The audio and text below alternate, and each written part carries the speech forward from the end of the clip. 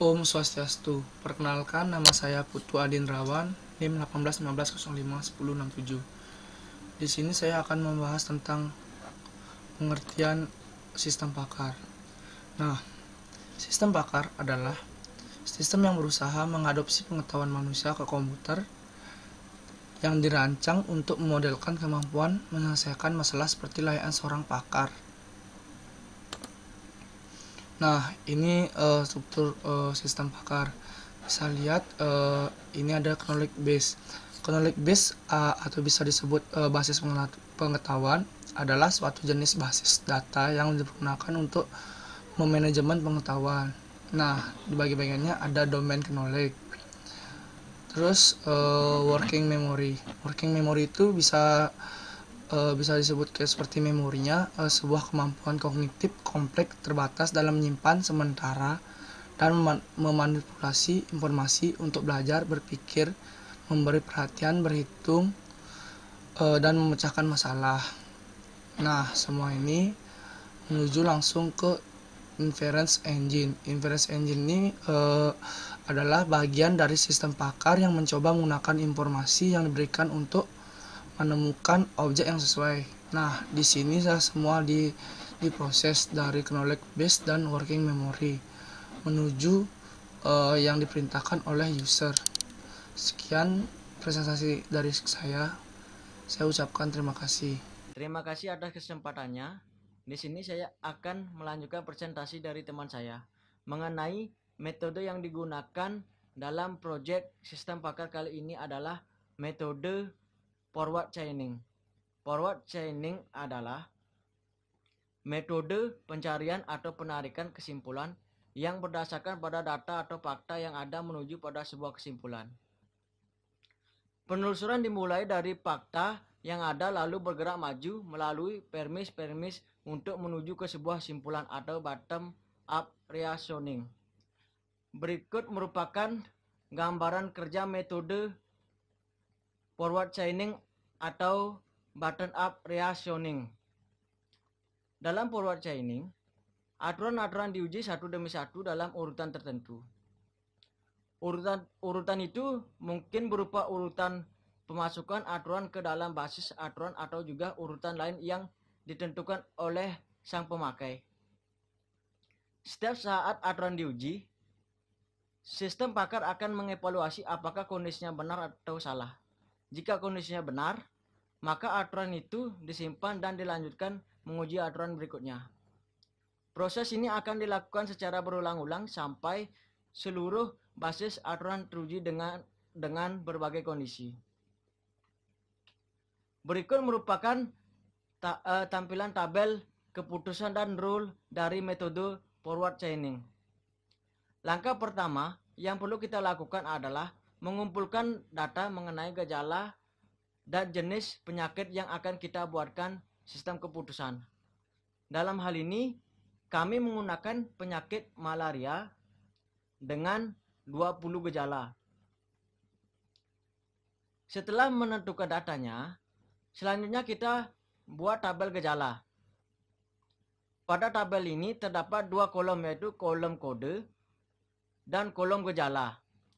Tabel ini berfungsi untuk mengidentifikasi berbagai tanda-tanda seseorang yang terkena penyakit malaria. Selanjutnya kita buat tabel penyakit, di mana tabel ini terdiri dari dua kolom. Terdapat kolom ID dan juga kolom penyakit.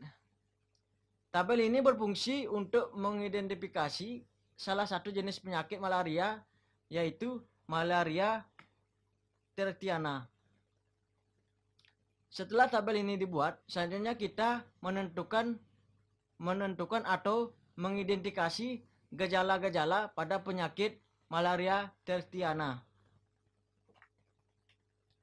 Selanjutnya kita membuat tabel relasi untuk mengaitkan antara tabel gejala dengan tabel penyakit dengan tujuan mencocokkan dengan gejala yang sudah diidentifikasikan.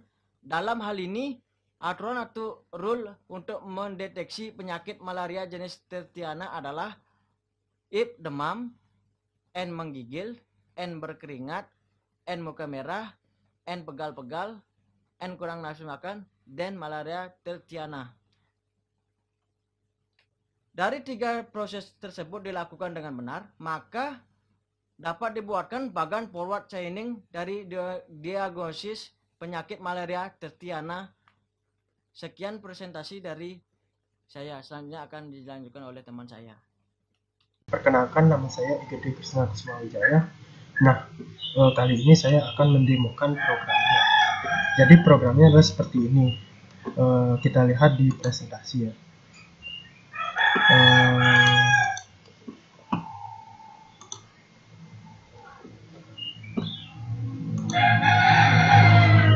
Nah, jadi aturannya adalah jika demam menggigil, jadi kita tandai saja demam menggigil, terus berkeringat,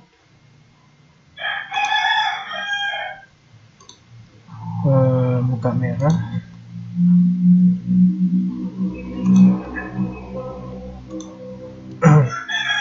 pegal-pegal, terus kurang nafsu makan,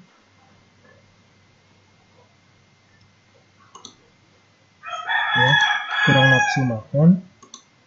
Jadi kita submit.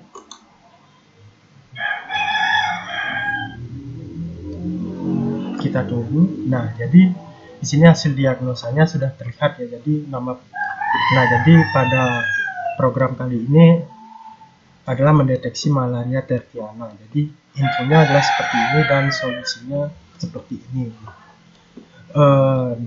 Itu demo yang sudah saya perlihatkan. Jadi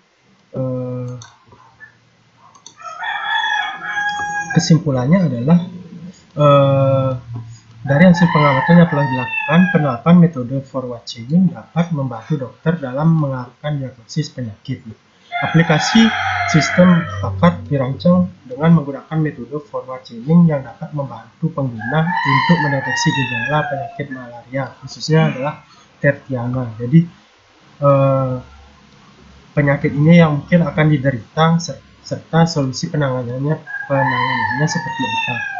Terus beberapa manfaat dari sistem pakar ini adalah mampu meningkatkan keluaran dan produktivitas lantaran kinerjanya yang dijalankan oleh mesin atau komputer.